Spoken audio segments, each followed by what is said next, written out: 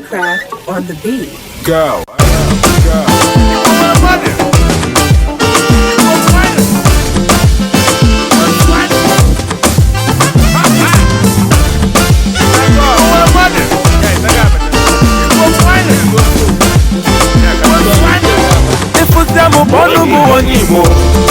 Makana kumoni mo yemme Iwamaka If you see me call me Onyibo Makana kumoni mo yemme Iwamaka Anywhere I enter they call me Onyibo Makana kumoni mo yemme Iwamaka All over the world they call me Onyibo Makana kumoni mo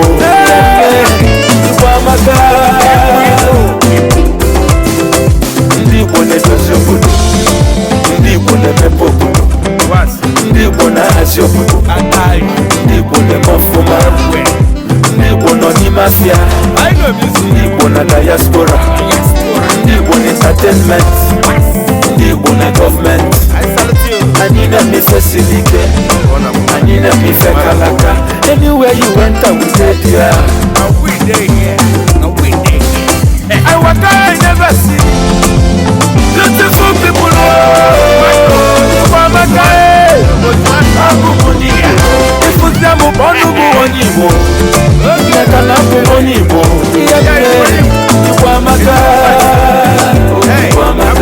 If you see me call me Igbo, you can have to go on Igbo. Anywhere I enter they call me Onyibo. Makana Onyibo. All over the world they call me Onyibo. Chineke onye pụrụ ime ihe niile olisa bi n'igwe. Eze a na-akpọ Tumboko ọzanza n'eri. Anyị na-ekele gị n'ime na anyị wee nwe ike wee nọkọ n'ụbọchị taa. Anyị na-ekele gị n'ihe ọma niile nke ị na-emere anyị, ọzụzụ ị na-azụ anyị, ahụike nke ị nyere anyị, udo nke ị nyere anyị, ịdị n'otu nke ị nyere anyị, na ihe niile nke ị na-emere anyị. Enye wee na-akpọkụ ndị ime eluigwe wee na-asị otu ọbụla anyị si mmehie megide ha, ma n'okwu ọnụ, ma n'okwu ije, ma n'anya elere ele, ma echiche echere eche, na ụdị abanaghị ụdị, ma ebe anyị tosi ihe aka anyị na-enye gị ka ị gbaghara anyị n'aha Jizọs. Anyị enweela anaghị ike maka ihe a na-eme n'ụbọchị taa. Chineke ụkwụ anyị ji bịa ka anyị na-ejide ala. Ajọ mmụọ aja afọ anyị, ajọ mmadụ aja afọ anyị. Osisi ọbụla afọ anyị na-atụ ifuru kwuda amanye opi ọnụ. Ihe niile bịara ebe a tata, ụzọ ha niile dị awara awara. Ha ji eje n'ụzọ bara uru, ha ji eje n'ụzọ ọjọọ. Anyị na-agọzi ha, na-akpọkọ Olisa bi n'igwe ka o gosie ha ihe ọbụla anyị ji eri taa, ihe ọbụla anyị ji aṅụ taa, ka ọ bụrụ ihe a gọzi agọzi n'aha Jizọs. Anyị na-akpọkọ Olisa bi n'igwe ndị ọchịchị Igbo Union na ndị ha na-achị ka kwụrụ ahụike n'aha Jizọs. Ka ndị niile bịara ebe a mgbe ha ji ala ka ọ bụrụ ihe eji enye Chineke otuto n'aha Jizọs Kraịst bụ onye nwe anyị. Biko ka m nwechara ọjị to President Igbo Union. President ọjị abịala biko. Igbo kelenu. Biko MC chọọ ihe echiri echichi na ndị nna anyị.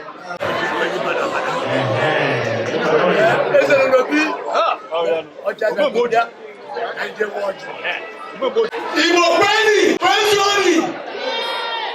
Ọjà pụtara Kende echiri echichi bụ ndị a na-ebe a. eluigwe na ala. Anyị akpọkọrọ n'ụbọchị keta. N'ụbọchị ememe nke Krismas. Anyị si bịa gọzie ihe anyị na-eme taa. N'ime afọ anyị nọ n'ime, anyị amana sị anyị eluzure memba abụọ anyị. Ana kama uche gị kachara uche onye ọbụla. Anyị sị ọzọ emekwere nwa ahụ mmadụ, ọzọ emekwere anyị na afọ na-abịa abịa aga n'ihu. Ya ka anyị na-ayọ na ọka esi onye nwanyị.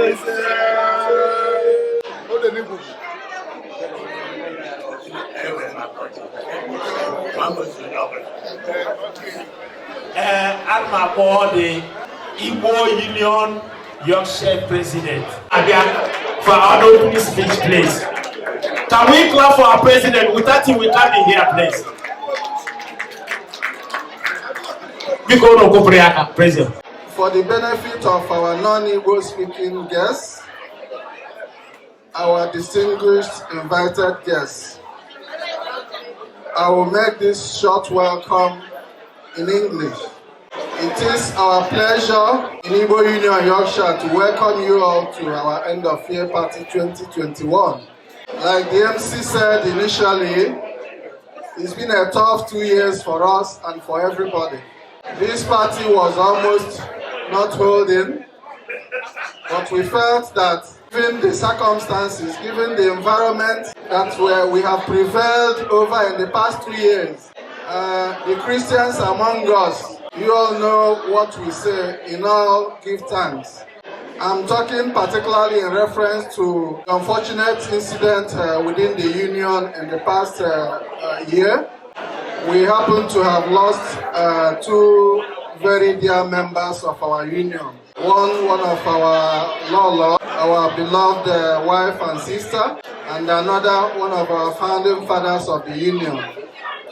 So shortly, we'll be calling you to please stand up and join us to pay a tribute to our two departed members. But before then, I once again thank you and welcome you to our end of year party. There's enough to eat and drink. There's enough music to dance to until your legs go wobbly. So once again, welcome to the biggest party in town by this time of the year. And we hope that you will enjoy the hospitality and the warm welcome that we have come to be known for in Igbo Union Yorkshire. Thank you. Please, can I get an applause for our president, please? All right. I want one of our sister, Mrs. Lucy Omubiko. Also, I want our elder Okoro. Because if you look at my side, look at my hand, please. There's a projector over there. Because we are going to have a 2 minute or minutes silent, please, for them. Because everyone will stand up for that 2 minutes silent for our departed sister and our elder brother. Please, can we stand up for them? Because, please, 2 minutes.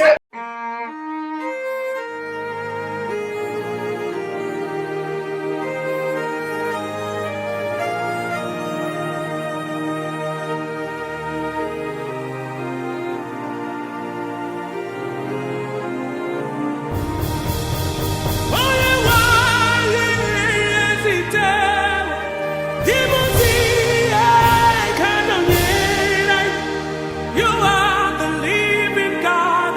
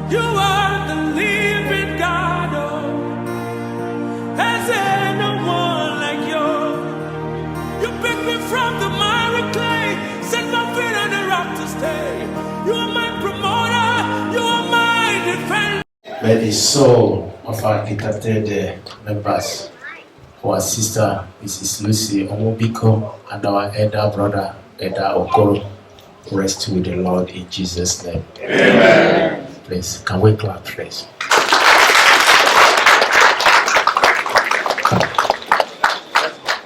Our President Obakondi Igbo, UK here, please. Thank you, sir. Igbo, Kachano! Igbo, where's Onu? Igbo Yorkshire and Mekelun. You have just obere open. Nwere iji wee kelee ndị Igbo Yorkshire na mbọ unu na-agba na-eme na unu na-adị na mma na-aga n'ihu na-azụlite ụmụ unu dịka omenala Igbo siri dị. Ana m ekele unu specially your president and all your executive na support unu na-enye anyị n'ọgbakọ. Despite COVID, anyị ma mba anyị gbogoro both na United Kingdom na ala Igbo be anyị. When we did our COVID support funding for our people in Nigeria, we got the support from your members and from your group. Oge anyị mekwara ihe enyemaka anyị mere maka Biafra war soldiers. I want to support from you people. And so many other things that we've been doing, I'm sure that they keep you up to date. I don't want to bore you with that. As na Anyabewe, we are aware of the losses that you people suffered this year. And like a responsible organization, I was here, I've been to the Onwubiko's house family twice. My executive, Onyenoni Hunu here, Pope Amadi, is my secretary. He was there at the service of songs for the late Onwubiko's wife. And tomorrow I'll be visiting the Kodos family, sis and the niece as well. Because Matthew, he came to name is my financial secretary. So I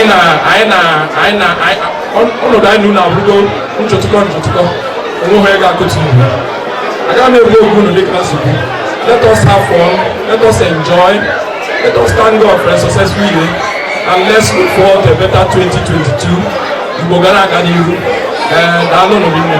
Thank you very much.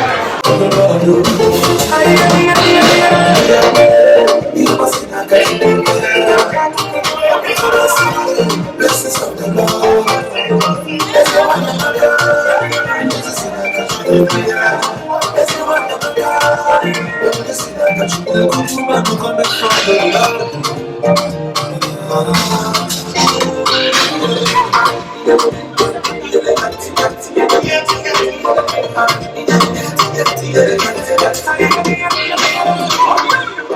If you have a good woman, treat her well. Nobody can look for granted to avoid a dirty number. If you lose a good woman, everything must be just better. Everything will yama. There's some confusion. Wahala dey. You must see that you blessings of the Lord. Everyone no matter. Everyone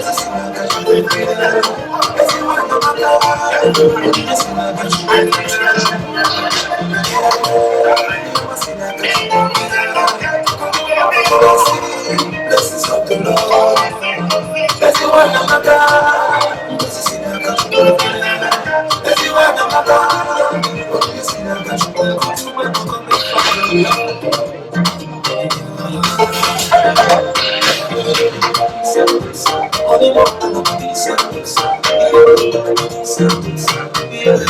Our glorious women become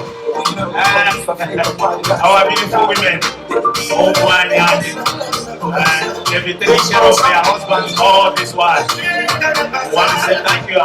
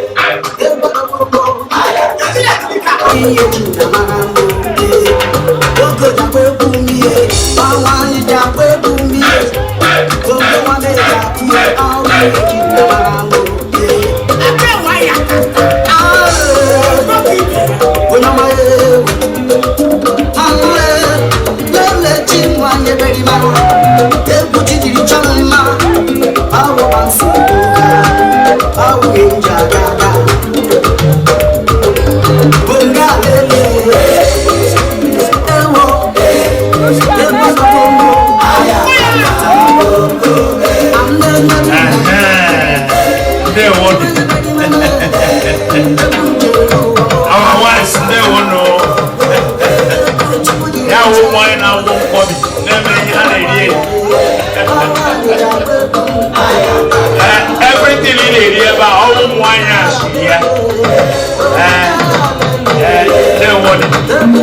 thank you so much. I will receive your greetings. Yeah. I will give me one all wine I like your flower.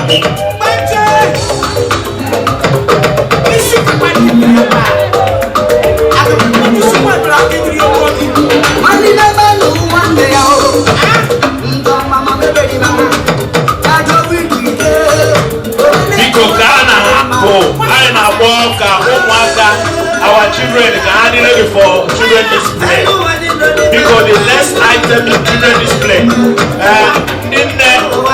Thank you so much. I make a loan room. They want it.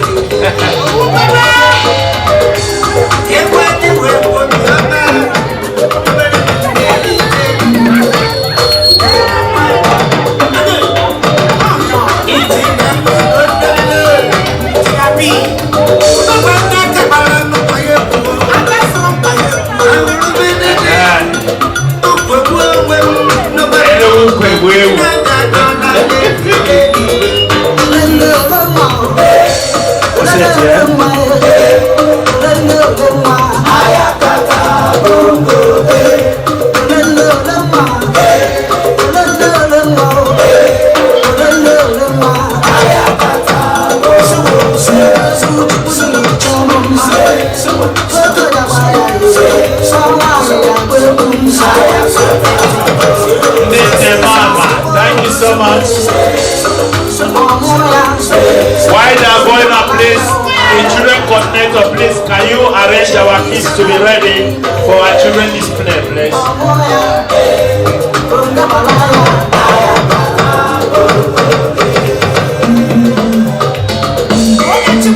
Thank you, our women.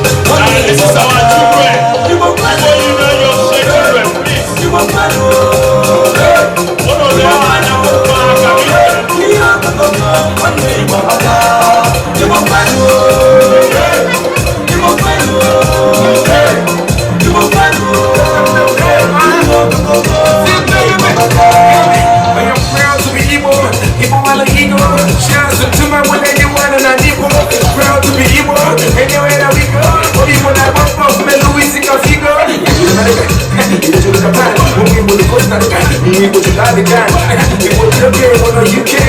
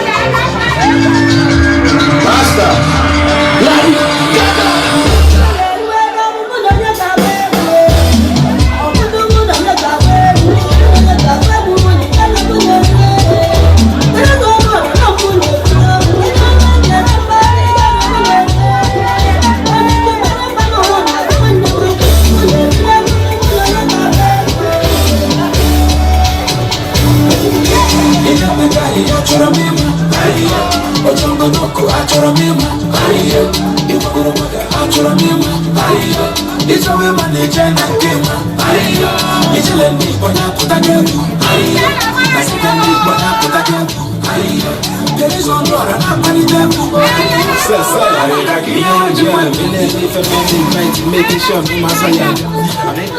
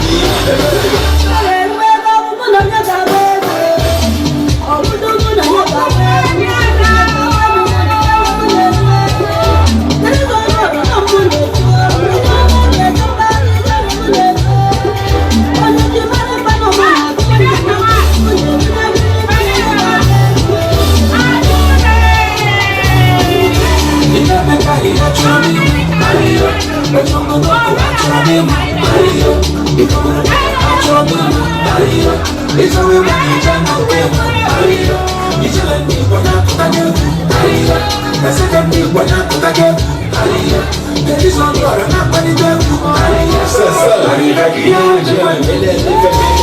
Making sure I'm my sayada. I'm here shot to be the sabak of the man of Gala. So I pass on, that's not a lot. I'm on, but I don't have to talk to me. Come back, I'm to me. I'm a country boy, that's not a bunch of me. I see the one for me. I'm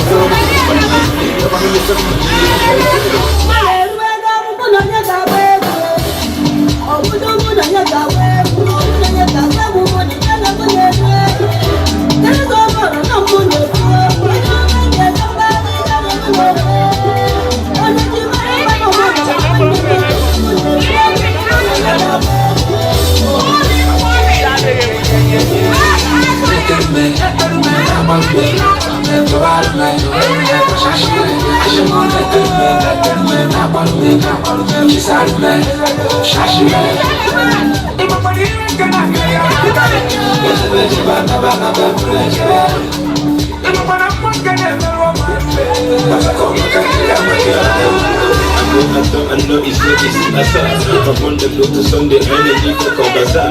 Shawty money by the back, I'm feeling one on the back. I just go boys in my watch, you come out of the kata. I'm happy to come in, you come back in. I pull up and come in, I'm a summer culture, that's my kind of one journey. I'm singing at the one for me, I'm a fellow money, never really felt money.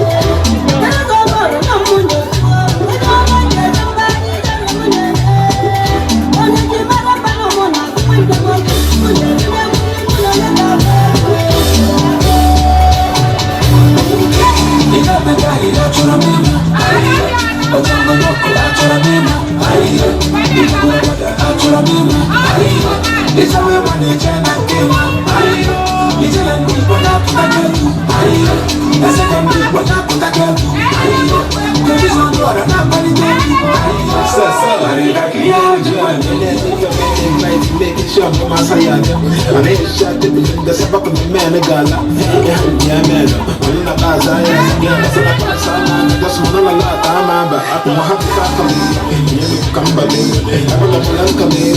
I'm a summer culture. Yeah, that's my kind of bunch of me. I'm singing at the one for me. I'm a fellow money. Never really felt money.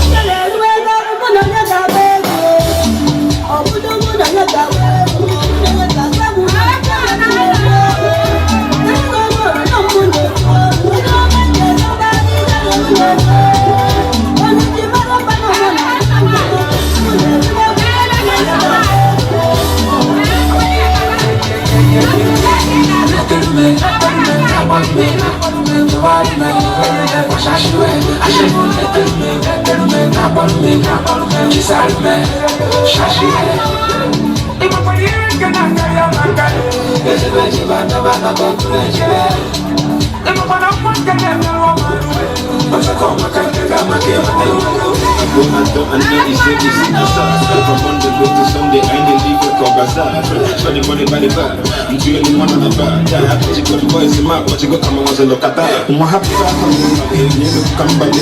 I'm gonna pull out to me, I'm a summer culture, yeah, that's my kind of one journey. I'm singing at the one for me, I'm a fellow money.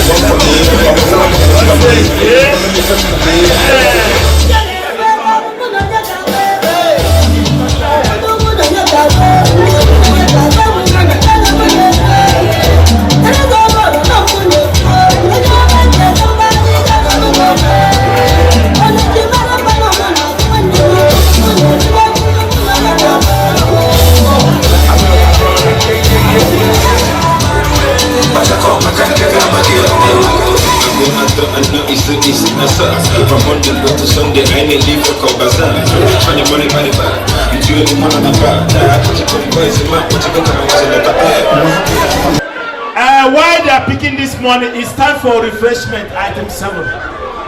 Go.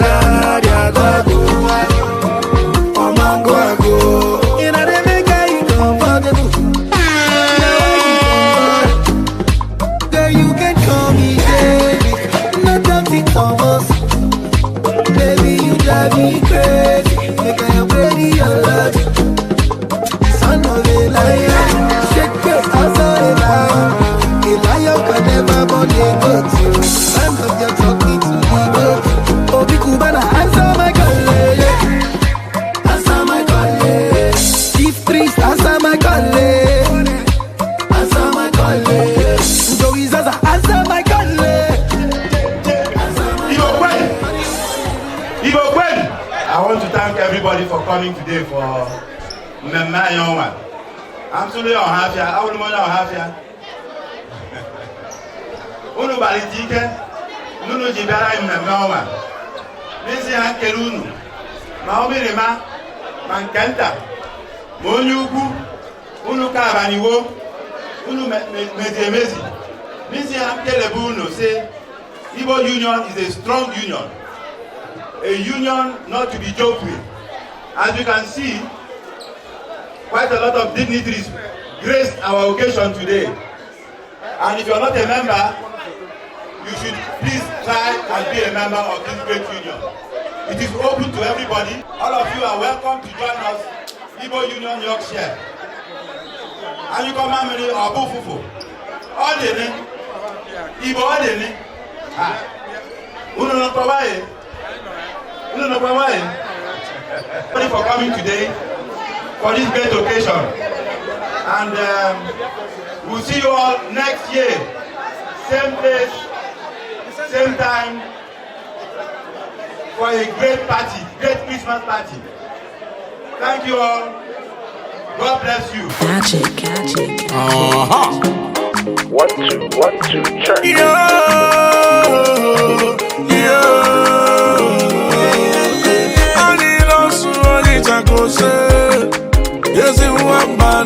I dance so when they might leave. Akubaga job. Baba mbotu bajego. Bajego ne tiwa jobu omo. Chukele nzogu ye. Zogu le nogu nogu ne nugu sino elile bogu ego. Akobu na bogu ega bo. Ndedi bia kabu goganya. Njenjende lokocha. Tan leona. Obu yosu make it no go de complain. Say na village people do you. Him on the road, him no get village people can do all. Obi Kubana, him no get village people can do all. Joey Zaza, he no get village people can do all. El Senko, he gonna teach them, he no get village people can do all. Mommy Freddy don't fall, Makebila na sine buajani, go follow good name Mbochi. Niba yeti emo fall. Everybody say off, Oro de kai kelego, Oro no Diego, Afanya fortego, Oro na kwalego, even if I can't get we go see better. Onye na chwani wada, onye na chuya wada.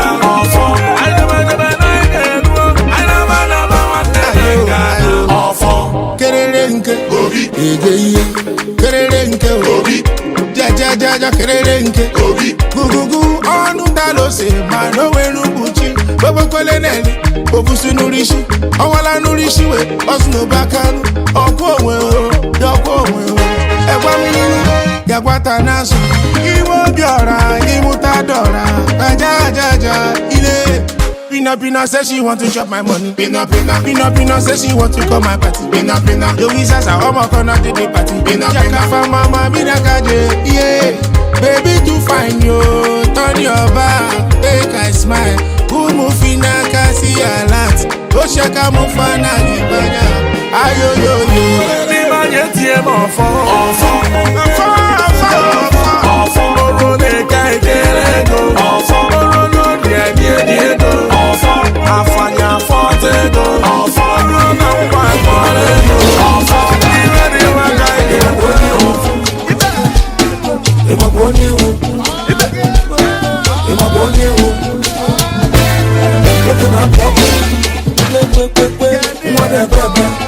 Look at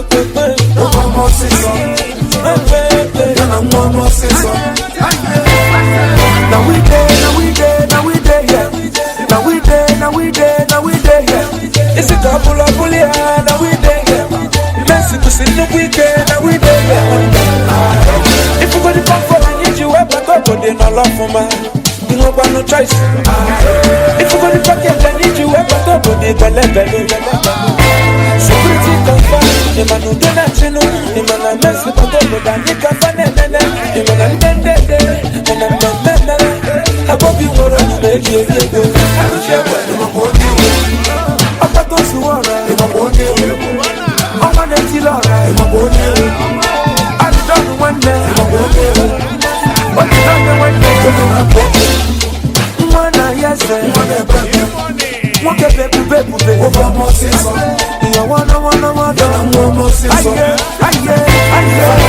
Full option on double silencer. If I am double condenser. If I need double, kitchen and do a monster. I can't even shower, put them when they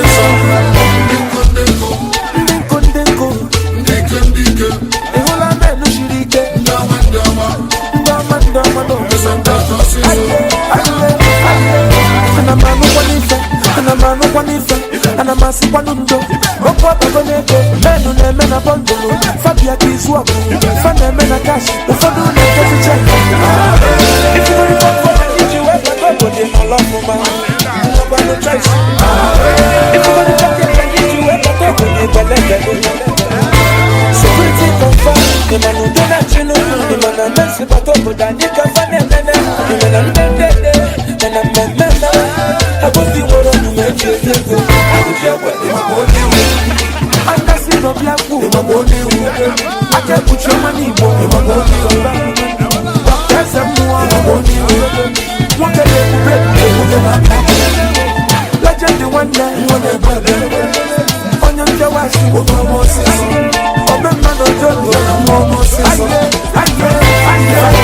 full option on double silencer.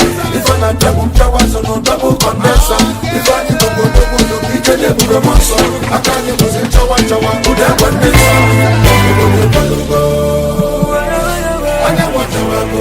Big Smoke, something. I got put a go. Never step to the morning.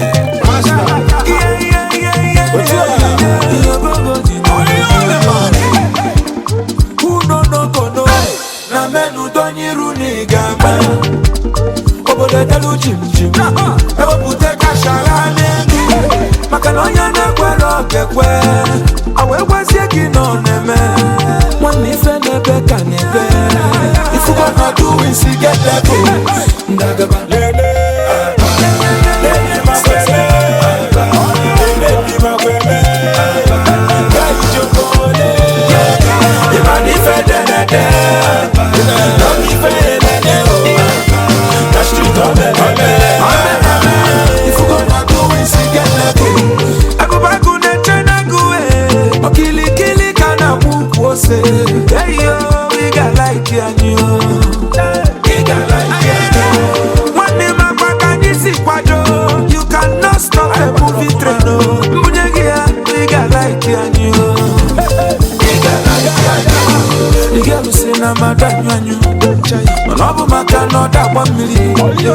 My money, yeah, Bella Diria.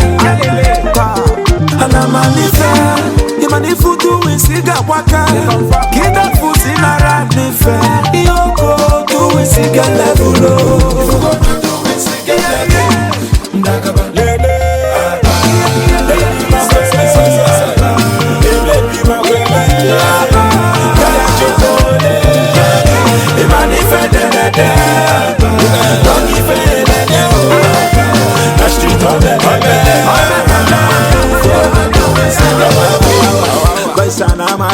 Open up because see your baby, see some now. When I got that mama, my belly say nana. You could believe when I touch Canada, cause I'm a carpenter. I feel it before the Nigeria. I'm walking boutique and no more that for this year. The boys live beefing and we are on a total. And mess up alone, no for my atonato. I should know you're gonna do it. You would have to be it. No one levels to this. I can net you puna hustle and match up with it. When we fed each from everywhere, no age when I wear. And do age go for bego, age about where we die. Kill me doings, just in the good doings. Or do you find them in the movies? Conscious social doings. I sign all of my doings. So I'm talking about bees. The convoy that we're moving. Conscious social doings. The girl is saying I'm a dime. I love my car, not that 1 million. My money, yeah, Bella Diria. And I'm a nifa. The money for doing cigar waka. Get that food in a rat nifa. Yoko doing cigar level. If you gonna do it, cigar level. Get this in a Tosila Nyoku. If you gonna do it, cigar level.